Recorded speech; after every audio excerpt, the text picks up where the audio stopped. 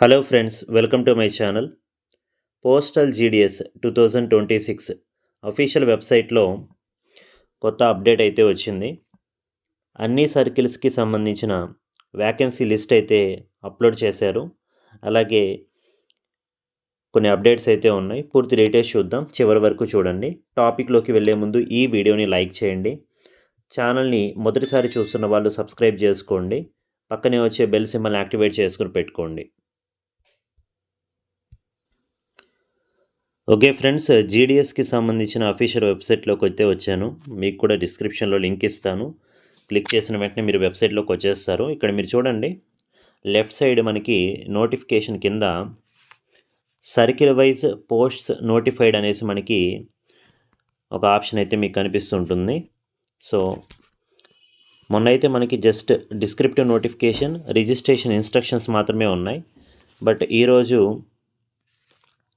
Circle wise post notified కూడా మనకి వెబ్సైట్లో పెట్టేశారు. జస్ట్ దాని మీద క్లిక్ చేసిన వెంటనే మీకు ఓపెన్ అయిపోతుంది పీడిఎఫ్.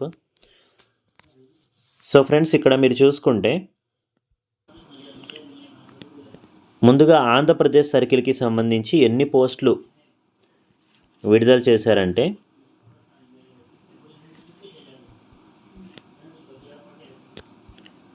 టోటల్గా 1060 పోస్టులు అనేవి ఆంధ్రప్రదేశ్కి ఈ షెడ్యూల్ 1 జనవరి 2026కి అయితే కేటాయించడం జరిగింది.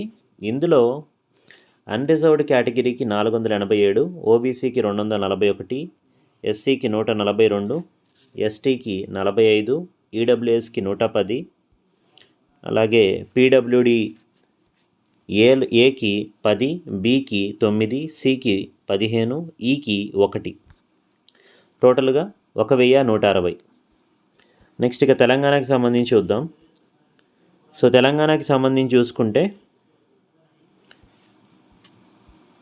మొత్తం 608 పోస్టులు అయితే ఉన్నాయండి.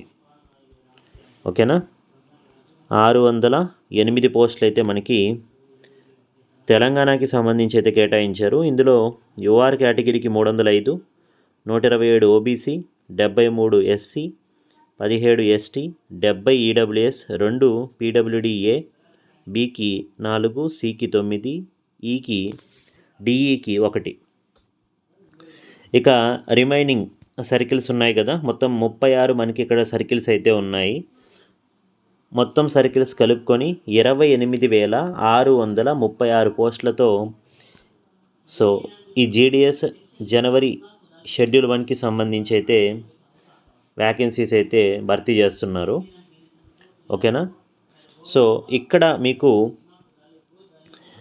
హిందీ ఉన్నటువంటి సర్కిల్స్కి కూడా అప్లై చేసుకోవచ్చు అని నేను మీకు చెప్పున్నాను ఆల్రెడీ.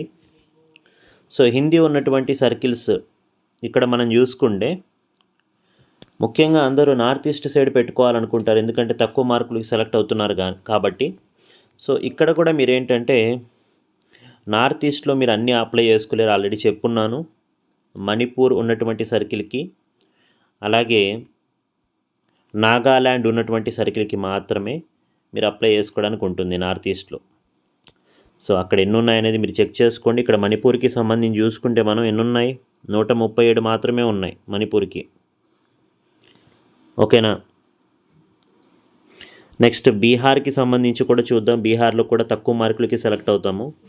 సో బీహార్ సర్కిల్కి అయితే 1344 పోస్టులు ఉన్నాయి. ఓకేనా, ఇందులో అన్రిజర్వ్డ్ కేటగిరీకి 599 ఇచ్చారు బీహార్లో, ఓబీసీకి అయితే 328, ఎస్సీకి 199, ఎస్టీకి 67, ఈడబ్ల్యూఎస్కి 119, నెక్స్ట్ పీడబ్ల్యూడిలో ఏకి 8, బీకి 8, సికి 11, డిఈకి 5. నెక్స్ట్ ఛత్తీస్గఢ్కి కూడా మీరు అప్లై చేసుకోవచ్చండి. ఛత్తీస్గఢ్కి సంబంధించి ఎన్ని ఉన్నాయంటే 1155 పోస్టులు మనకి ఛత్తీస్గఢ్కి అయితే ఉన్నాయి. 1155 పోస్టులు అయితే ఉన్నాయి ఛత్తీస్గఢ్కి. ఓకేనా, ఈ 2 సర్కిల్స్లో కూడా మీరు అప్లై చేసుకుంటే మీకు 70 to 80% ఉన్నా కూడా మార్క్స్ వచ్చేటటువంటి ఛాన్సెస్ అయితే ఉంటాయి. నెక్స్ట్ జార్ఖండ్కి సంబంధించి కూడా మీరు అప్లై చేసుకోవచ్చు. ఎక్కడుంది జార్ఖండ్, రైట్ ఇక్కడ చూడండి, సీరియల్ నెంబర్ 12. ఎన్ని ఉన్నాయి జార్ఖండ్కి సంబంధించి అంటే 908 పోస్టులు ఉన్నాయండి. ఓకేనా. సో 908 పోస్టులు అయితే ఉన్నాయి జార్ఖండ్కి సంబంధించి. సో బీహారు, ఛత్తీస్గఢ్, జార్ఖండ్ అలాగే నార్త్ ఈస్ట్లో ఆ 2 డివిజన్స్. సో ఏదైనా ఒక సర్కిల్ సెలెక్ట్ చేసుకోండి, ఒక డివిజన్కి అప్లై చేసుకోండి. రైట్, వెబ్సైట్లో వచ్చినటువంటి ఇంకొక అప్డేట్ మనం చూసుకుంటే కొంచెం కిందకి రండి. ఇక్కడే మనకి చాలామంది నా కింద కామెంట్ సెక్షన్లో సార్ రిజిస్ట్రేషన్ అవ్వట్లేదు, సార్ రిజిస్ట్రేషన్ ఆ లింక్ క్లిక్ చేస్తే ఆ పాస్వర్డ్ చేంజ్ అవ్వట్లేదు, అది ఇది అని కామెంట్ చేస్తున్నారు కదా.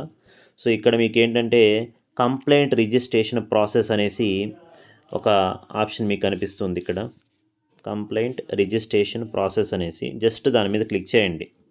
క్లిక్ చేసిన వెంటనే ఒక 4 పేజీలతో ఉన్నటువంటి ఒక PDF మీకు ఇక్కడ ఓపెన్ అవుతుంది. After successful registration the candidate can login to the GDS online engagement portal. In addition to the GDS online application related options, the portal provides 2 more options like complaint registration and my complaints. So friends, మీకు ఏమైనా complaint పెట్టాలనుకుంటే దీనికి సంబంధించి, so అది మీరు complaint అయితే registration చేసుకోవచ్చంట.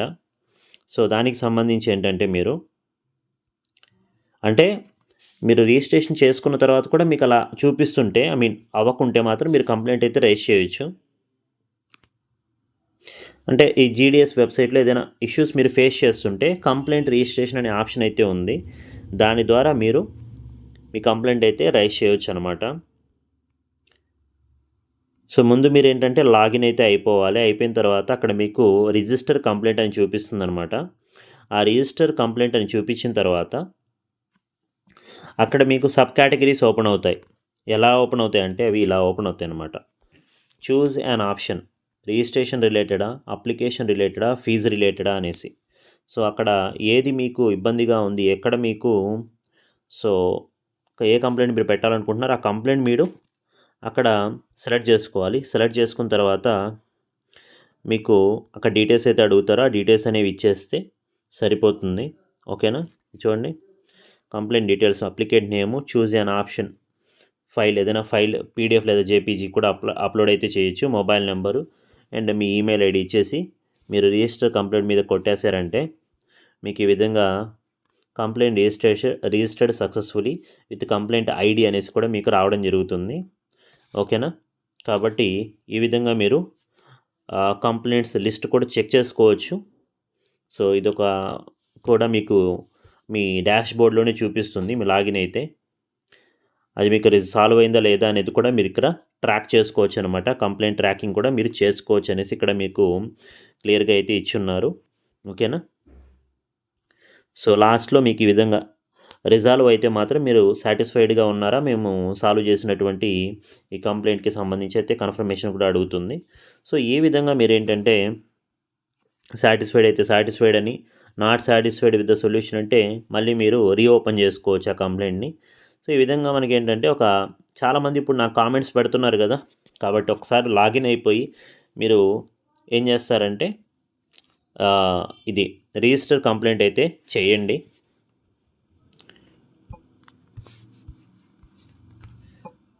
So ఇది మనకి website link కూడా చాలామందికి తెలియట్లేదు, ఎక్కడి నుంచి చూసుకోవాలని అంటున్నారు.